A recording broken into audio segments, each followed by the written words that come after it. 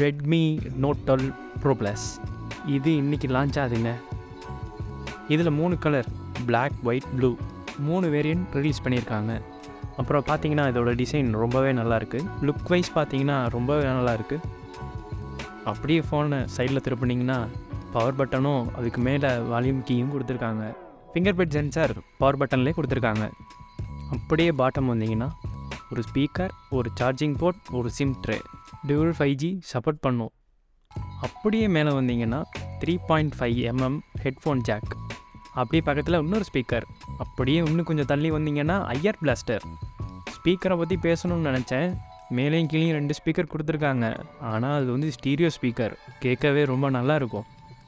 அப்படியே முன்னாடி வந்தீங்கன்னா 6.67 inch AMOLED display, 120 Hz refresh rate கொடுத்துருக்காங்க, 900 nits பிரைட்னஸ் கொடுத்துருக்காங்க.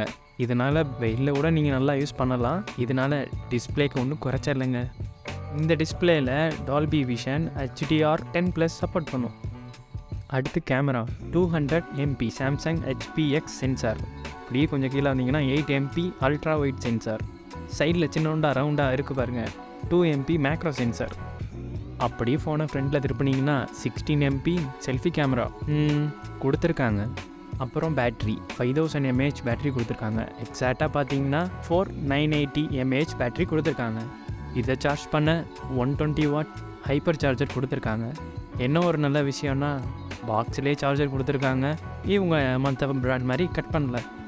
அப்புறம் முக்கியமானது ப்ராசஸர் ஓட்டம் பாருங்க, MediaTek Dimensity 1080. இது ஒரு 5G ப்ராசஸர், 10 5G பேண்ட் கொடுத்துருக்காங்க. இதோட சாஃப்ட்வேர் MIUI 13 ஆண்ட்ராய்ட் 12 ரன் ஆகிட்டுருக்கு. இருங்க இவ்வளோ நேரம் பார்த்தது ப்ரோ ப்ளஸ். இதுலேயே ப்ரோ வெர்ஷன் இருக்குது. அதுக்கும் இதுக்கும் என்ன டிஃப்ரெண்ட்னா, ப்ரோ ப்ளஸில் பேக் பேனல் கர்வ்டாக இருக்கும், ப்ரோவில் பாக்ஸி டைப் பேனல் கொடுத்துருக்காங்க. ஆப்பிள் ஃபோனை காப்பி அடித்த மாதிரியே இருக்குது. அடுத்து கேமரா ப்ரோ ப்ளஸில் 200 MP கொடுத்துருந்தாங்க. இந்த ப்ரோ வெர்ஷனில் 50 MP தான் கொடுத்துருக்காங்க. ஆனால் இதை குறைச்சி இடப்பட்டுறாதீங்க. இது சோனியோட IMX766 சென்சார் கொடுத்துருக்காங்க. பிக்சர் குவாலிட்டியும் நல்லாயிருக்கும். அப்புறம் ஃபைனல் டிஃப்ரெண்ட், ப்ரோ ப்ளஸில் 120 வாட் சார்ஜரும் 4980 mAh பேட்டரியும் கொடுத்துருந்தாங்க. ப்ரோ வெர்ஷனில் 5000 mAh பேட்டரி 67 வாட் கொடுத்துருக்காங்க. இதோட ப்ரைஸிங் ப்ரோ வெர்ஷன் 22Kவும் ப்ரோ ப்ளஸ் வெர்ஷன் 27Kவும் ஸ்டார்டிங் ப்ரைஸிங்காக ஃபிக்ஸ் பண்ணியிருக்காங்க. என்னோட சாய்ஸ் ப்ரோ வெர்ஷனை தான் சொல்லுவேன். ஏன்னா 120 வாட்க்கும் 200 மெகாபிக்சலுக்கும் நான் அவ்வளோ காசு கொடுக்க மாட்டேன். என்னை பொறுத்த வரைக்கும் 22K பட்ஜெட்டில் கரெக்டாக இருக்கும். இதில் நீங்கள் எந்த மாடல் வாங்குவீங்கன்னு கண்டிப்பாக கமெண்ட் செக்ஷனில் சொல்லுங்கள்.